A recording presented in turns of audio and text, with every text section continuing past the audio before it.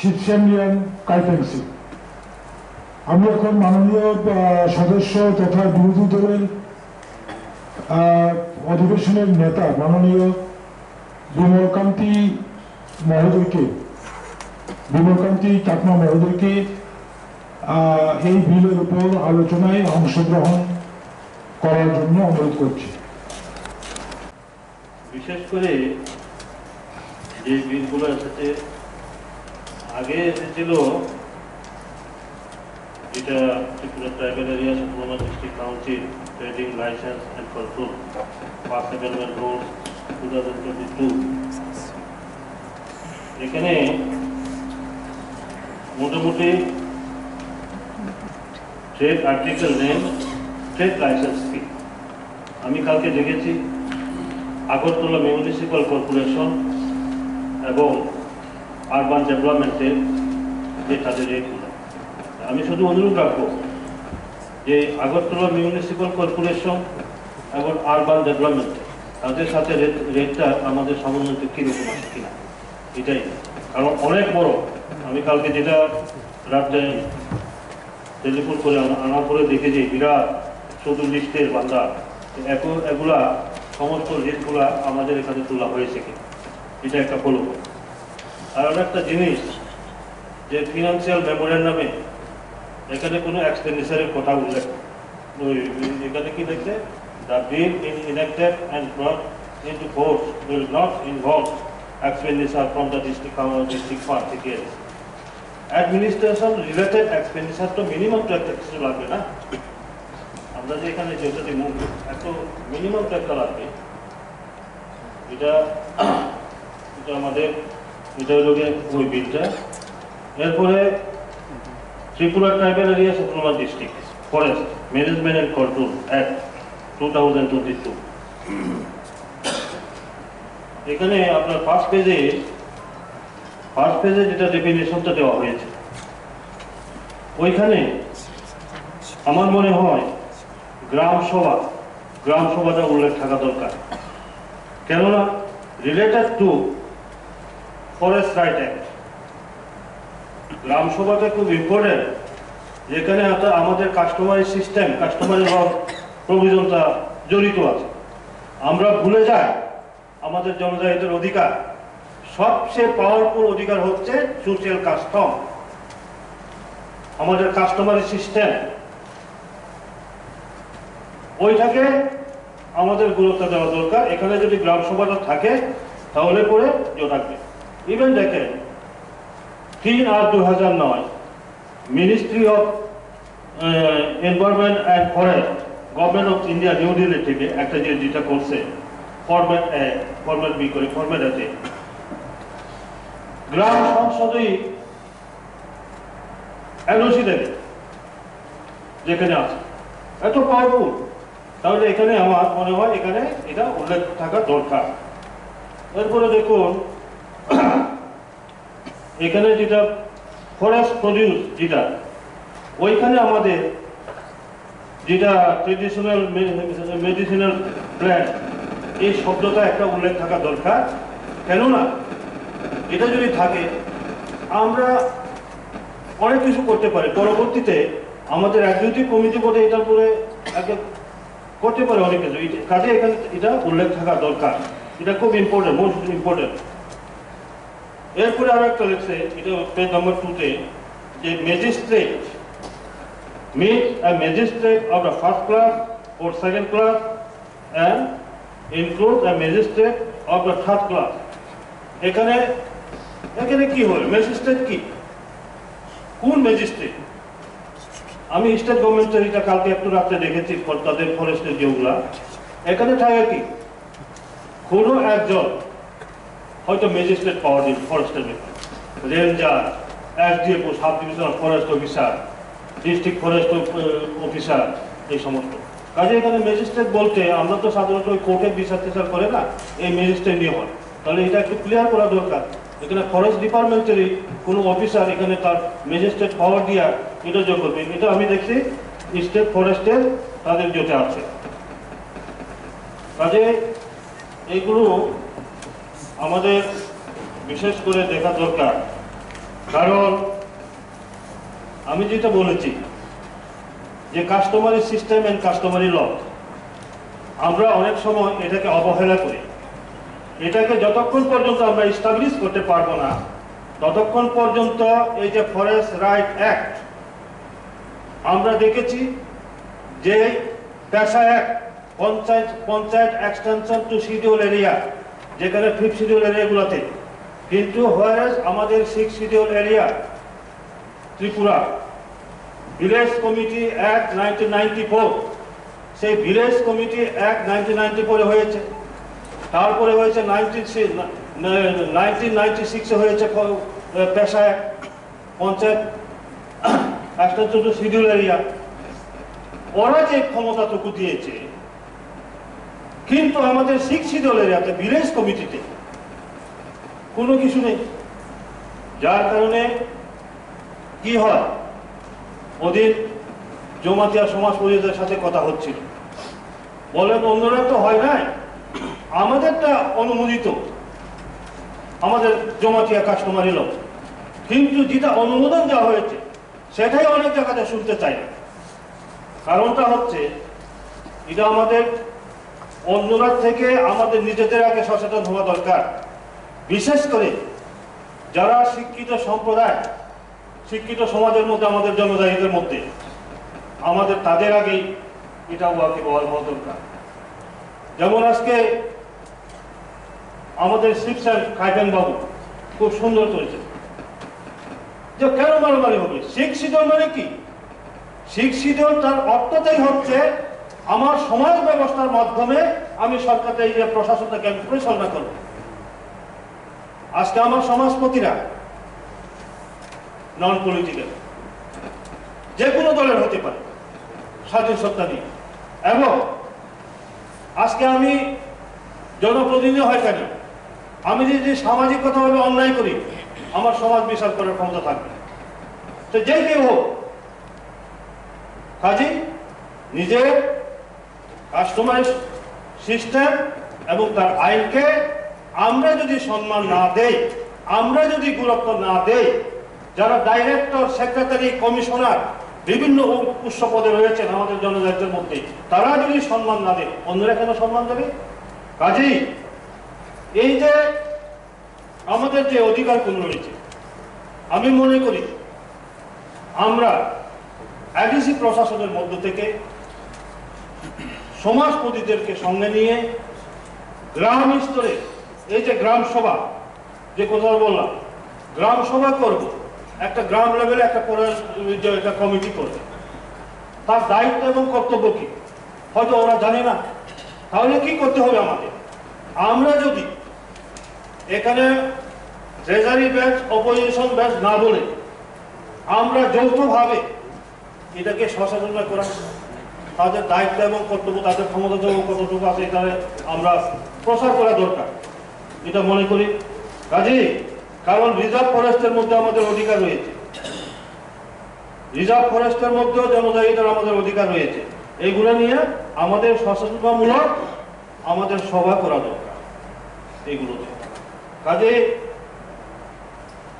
আমি মনে করি এটা নিয়ে আরো কিছু বিস্তৃত আলোচনা হওয়া দরকার। এই কথাগুলো বিল নিয়ে মিজোরামকেও ফলো করা দরকার, কারণ বিশেষ করে শিক্ষিত এসেছে মিজোরামের কারণে। মিজোরামে আপনার এখন পূর্ণ রাজ্য, তবু কিন্তু সমাজ ব্যবস্থাকে ওরা গুরুত্ব দেয়। কাজে ওইখানে তারা কি করে ফরেস্টের অধিকারটা ভোগ করছে, সেটা আমাদের দেখা দরকার। কাজে আমি মনে করি এটা নিয়ে আরো বিস্তৃত আলোচনা হওয়া দরকার আরো পরবর্তী সেশনে। এরপরে আছে জাস্ট লাস্ট একটা ওইখানে আমি যা দেখছি, যেখানে আছে ফিনান্সিয়াল মেমোরেন্ডাম, যেখানে ফিনান্সিয়াল যে লেখছে এখানে শুধু, তাহলে কি আমরা এই বিলটা ওইখানে উল্লেখ করা হয়েছে ফরেস্টের অফিসার নিয়োগ করে, কোথায় লেখা আছে, তাহলে কি আমরা শুধু ফরেস্ট অফিসার নিয়োগ করার জন্যই এই বিলটা আমরা করছি? এখানে অনেক কিছু আছে, এক্সপেন্ডিচার, এক্সপেন্ডিচার তো আপনার for implementation of various scheme, newly বিভিন্ন কিছু লঞ্চ করতে পারে স্কিমের ব্যাপারে, হ্যাঁ, বিভিন্ন কিছু যোগ করতে পারে, কাজে এটা আরও কিছু করা দরকার এগুলো। এরপরে Tripura tribal area autonomous district council administration of justice rule 2022।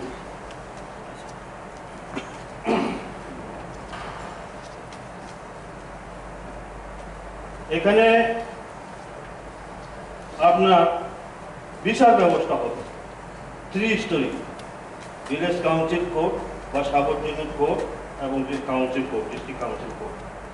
এখানে আমি দেখেছি যে কালকে রাত্রেবেলা দেখছিলাম বিভিন্ন সমাজের যে কাস্টমারি লগুলো, এগুলাতে এই সবখানে ক্লিয়ার নেই যে আমরা ভিলেজ লেভেলে আমরা ওই সমাজ তৈরিদের কি বলবো, কোন সমাজ থেকে কি বলবো, এক একটা সমাজের থেকে আমরা কিভাবে কি বলবো ভিলেজ লেভেলে, এরপরে তার উপরে ওই রিজিওনাল লেভেলে আমরা কি বলবো বা এর উপরে আমরা কি বলবো, এটা ডিটেলস নেই। তাছাড়া আমি এখানে দেখেছি যেটা জমাতিয়াদের অ্যাপ্রুভ করা, এখানে সুন্দরভাবে দিয়েছে তারা। আমার প্রথমেই কাজে এগুলাও, কারণ একটা জিনিস আমরা যে গত সেশনে কাস্টমারি ল উপরে যতটা বিল এসেছিল আমরা সবটাই ট্রেজারি বেঞ্চ হোক অপোজিশন বেঞ্চ হোক সর্বসম্মতিক্রমে সেটা আমরা পাস করে দিই। কিন্তু একটা কথা ছিল, আমি সেদিন বলেছিলাম সাহিত্যের ভাষা একটা, আইনের পরিভাষা আরো একটা। কেউ সবাই সাহিত্যের ভাষা নিয়ে লিখতে পারবে না, সাহিত্যিক হতে পারবে না। আইনের ভাষাও সেটা আলাদা, যারা আইনের সাথে জড়িত তাদের আইনের ভাষা তৈরি করবে। কাজে আমার সমাজপতিরা তাদের যে চিরাচরিত নিয়ম সেটা ওনারা লিখেছে। এখন আইনের পরিভাষায় কি হবে তার জন্য আমি সেদিন অনুরোধ করছিলাম যে আমরা এটারে পাস করাবো, কিন্তু এটারে আইনের পরিভাষায় কি হবে তাদের যেগুলো এটা একটু ঠিক করে দেওয়ার জন্য সেটা আমাদের কাউন্সিলের তরফ থেকে যাতে সেটা করা হয়, এগুলা দরকার ছিল। কাজেই এখানে যেমন এখানে জমাতিরা কনস্টিটিউশন অফ হদা তারা সুন্দরভাবে ব্যাখ্যা করেছে। দ্য জমাতে হদা is a three-tier social body consisting of a হদা একদম অ্যাটাচ, তারপরে ময়া, তারপরে ভিলেজ লেভেলে সুন্দরভাবে ওরা দিয়েছে। এরপরে আপনার ত্রিপুরী সম্প্রদায়, কারণ আমার মনে হয় এটা প্রথমেই আমি এটাতে যাওয়ার আগে যেহেতু বিচার ব্যবস্থা আমার সামাজিক কর্তব্য, প্রথমে এটা আসা দরকার, কিন্তু অনেক বাকি যেগুলো আছে এগুলো নেই। এই যে থায়ার্স অফ কোর্ট ত্রিপুরীরাও খুব সুন্দরভাবে দিচ্ছে এগুলা, কাজে অন্যগুলোও এগুলা কিছু হওয়া দরকার এগুলাতে।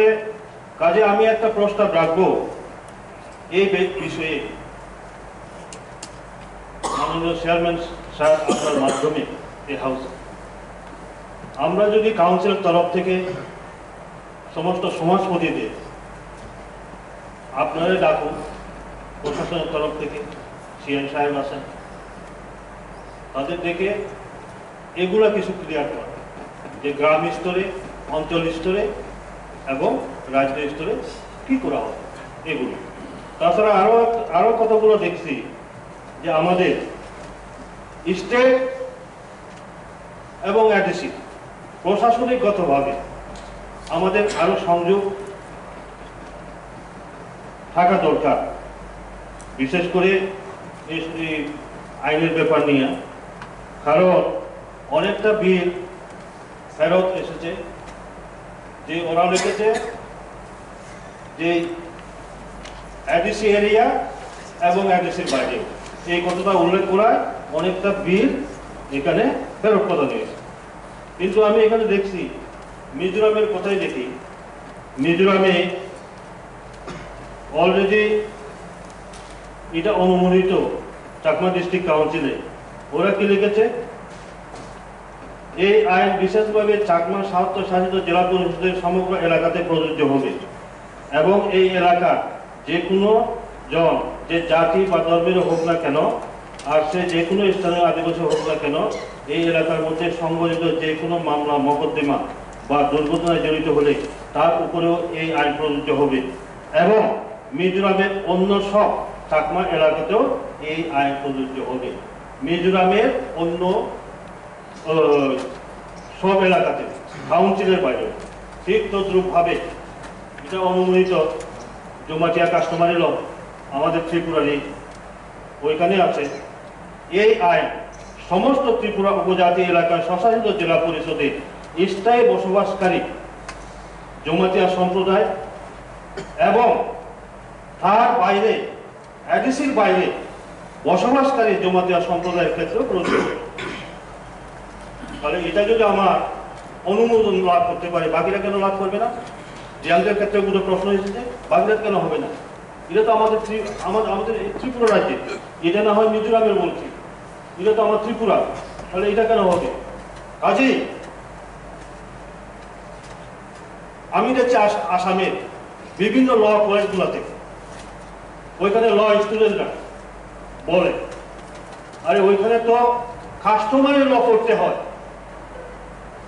বিভিন্ন কাস্টমারি ল কোন সমাজের কি আছে কাস্টমারি করতে হয়, কিন্তু যাই না ত্রিপুরাতে কি হয়। কাজেই এর জন্য আমি প্রথমে বলেছি, আগে আমরা হাই লেভেল অফিসিয়াল যারা আছে তাদের মধ্যে এটা আন্তরিকতা আসতে হবে, তারপরে কি আমরা সাকসেস হবো। কাজে আমি অনুরোধ রাখবো এই কারণে, যেহেতু আমি বারবার আগে থেকে আমি বলেছি যে আপনারা আমাকে শুধু বিরোধী হিসাবে চিহ্নিত করবেন না, জনজাতি সম্পর্কিত তার সামাজিক রীতি নিয়ম এগুলোর উপর ভিত্তি করেই আমাদের অধিকার একমাত্র এস্টাবলিশ করা সম্ভব। এটা যদি আমরা করতে না পারি তাহলে কোনোদিন জনজাতিদের অধিকার এস্টাবলিশ করা সম্ভব হবে না। যার কারণে আমি অনুরোধ রাখবো, আবার অনুরোধ করছি, আপনারা যদি দেখেন যে সমাজপতিরাও থাকবে বলে আপনিও থাকুন, আমি অবশ্যই থাকবো, এবং এই যেগুলো নিয়ে আরো বিস্তারিত কথা কওয়া দরকার এই বিলগুলো নিয়ে, কারণ একবার যখন আইন হয়ে যাবে পরবর্তীতে এটা সংশোধন করতে অনেক কষ্ট হয়।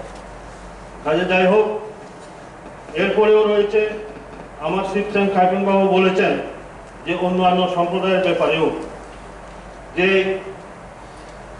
আমাদের এক দুটি মেম্বার শ্রদ্ধেয় কমল বাবু বলেছেন, উনিও বলেছেন অনেকে এখানে ক্লেম করেন না বা দাবি করেন না, কিন্তু ওরা নিজেরাই জানে না কি করতে হবে।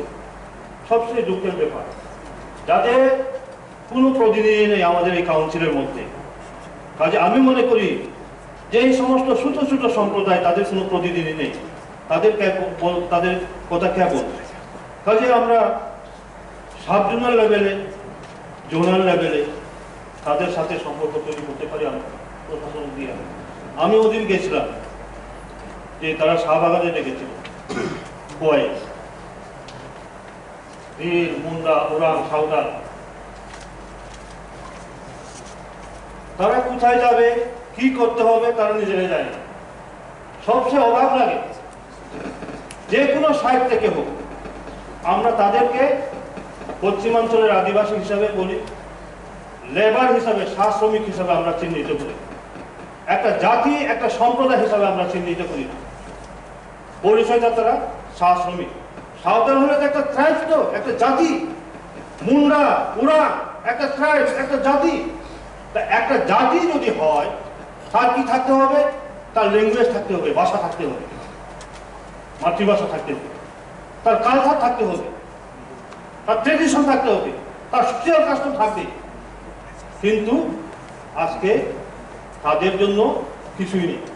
আমরা শুধু কি বলি, শ্রমিক, চিল লেবার। কাজেই তাদের সম্পর্কে এবং যে আরো হারাম সম্প্রদায়ের যে ছোট ছোট সম্প্রদায়গুলো ব্যাপারেও যেটা কথা উঠেছে, তাদের জন্য আমাদের চিন্তা করা দরকার। কাজে আমি অনুরোধ করব, আমরা যারা বিভিন্ন পলিটিক্যাল লাইনে যারা সংখ্যাগরিষ্ঠ সম্প্রদায় আমরা নেতৃত্ব দিচ্ছি, জনপ্রতিনিধি হিসাবে আসে, কিন্তু এই যে তাদের ভাষা, তাদের কৃষ্টি, তাদের সংস্কৃতি, তাদের সমাজ ব্যবস্থা, এগুলো যদি আমরা সচেতন না, তাহলে তো সেটা হারিয়ে যাবে। মাননীয় চেয়ারম্যান স্যার, আপনি জানেন আমরাও স্টুডেন্ট লাইফ থেকে এই জনজাতির অধিকার নিয়ে আমরাও আন্দোলন করেছি। মনে কত ব্যাটা ছিল আমাদের অধিকার কীভাবে ফিরে পাবো, আমার ল্যাঙ্গুয়েজ, আমার ট্রেডিশন, আমার খালসা কীভাবে রক্ষা করবো, একদিন আমরাও আন্দোলন করেছিলাম, আপনি নেতৃত্ব দিয়েছিলেন। কাজে সেই হিসাবে তাদের জন্য কেন, অথচ আমরা এই কথা ভুলে যাই যে এখন দেশের সাংবিধানিক প্রধানকে, রাষ্ট্রপতিকে সাঁওতাল, আমাদের দেশের ট্রাইবাল অ্যাফেয়ার মিনিস্টারকে মুন্ডা, ন্যাশনাল শিডিউল ট্রাইব কমিশনের চেয়ারম্যানকে সাঁওতাল। আমরা এখানে যারা সংখ্যাগরিষ্ঠ আছে, বিধানসভা থেকে আরম্ভ করে ADC আমরা জনপ্রতিনিধি আছে, আমাদের তো খবর নেওয়া দরকার তাদের। তারা জানবে না কি করে তাদের এগুলো আদায় করতে হয়, আমরাই এখনো জানি না। আমাদের মধ্যে শুধু নাটকবাজি হয়, রাজনীতির বক্তব্য দিতে পারি, পয়েন্ট টু পয়েন্ট আমরা ডিসকাশন কেন করতে পারি না, অধিকারের ব্যাপারে কেন পারি না? আমাদের আরো আরো আরো অধিকভাবে পড়াশোনা করতে হবে। এর জন্য আপনার কাছে অনুরোধ রাখবো মাননীয় চেয়ারম্যান স্যার, এখানে শুধু ইংরেজিতে বিভিন্ন বিলগুলো আছে, এটা যাতে ইংরেজির সাথে সাথে ককবরক এবং বাংলাও যাতে হয়, ককবরক এবং বাংলাতেও যাতে হয়, যাতে আরো সহজভাবে বোঝার সুবিধা হয়। একটাই জিনিস, অধিকার তো এমনি আসবে না, অনেক পরিশ্রম করতে হবে, পড়াশোনা করা দরকার। পড়াশোনা যদি আমি না করি তাহলে আমার অধিকারটা কিভাবে আমি এস্টাবলিশ করবো? আর ওরা তো কিছুই জানে না। তাদের জন্য আমাদের কিছু করা দরকার। যেমন গতকালকে ওই রাজলঙ্কার বলছিল, আরে কাকু আমরা তো কেউ না, কে কইব, আমরা তো জমা দিছে, পরে দিয়ে কমবাবু কইলে হ সামনের বার উঠবে, এটা রয়েছে প্রসেসে আছে। কিন্তু ঠিকই তাদেরকে আমাদেরও ফিরে আসে, রাজ্যের মধ্যে সমগ্র জনজাতিরা আমরা সংখ্যালঘু, যার কারণে আমাদের ক্ষমতা খর্ব করা হয়েছে, এটা আমরা ফিল করি না, যে দল করি না কেন, তাহলে তাদেরও তো একটা হবে, আমাদের জন্য কেউ বলার নেই, মনে আসবে না। কাজে যাই হোক, আমি দীর্ঘায়িত করবো না, আরো অনেকে আছেন, আমি শুধু অনুরোধ করব এগুলো তাদের পাশে দাঁড়ান। সমস্ত সমাজপতিদেরকে দেখে আমরা এই তোমার এটা হয়েছে না, এই হয়েছে না, এগুলো না, তারাই কিন্তু টিকে রয়েছে স্যার, চেয়ারম্যান স্যার। সমাজ ব্যবস্থা, ল্যাঙ্গুয়েজ যারা বুঝে না বলছি আমরা, গ্রাম স্তরে যারা সমাজপতি রয়েছেন, তারাই কিন্তু আমার ল্যাঙ্গুয়েজ, আমার কালচার সমস্ত কিছু ওরাই ধরে রেখেছে, আমরা নয়। বলুন তো কোন একজন শিক্ষিত আমাদের মতো জনপ্রতিনিধি ফিউর কেউ খকবরক বলতে পারে? বলুক একজন চাকমা বলতে পারবে, বলুক একজন রিয়া বলতে পারবে। কাজে যাই হোক, মাননীয় সদস্য এবং সদস্যবৃন্দদের আমি অবগতি জানাচ্ছি, মাননীয় সদস্যরা আপনারা সুনির্দিষ্ট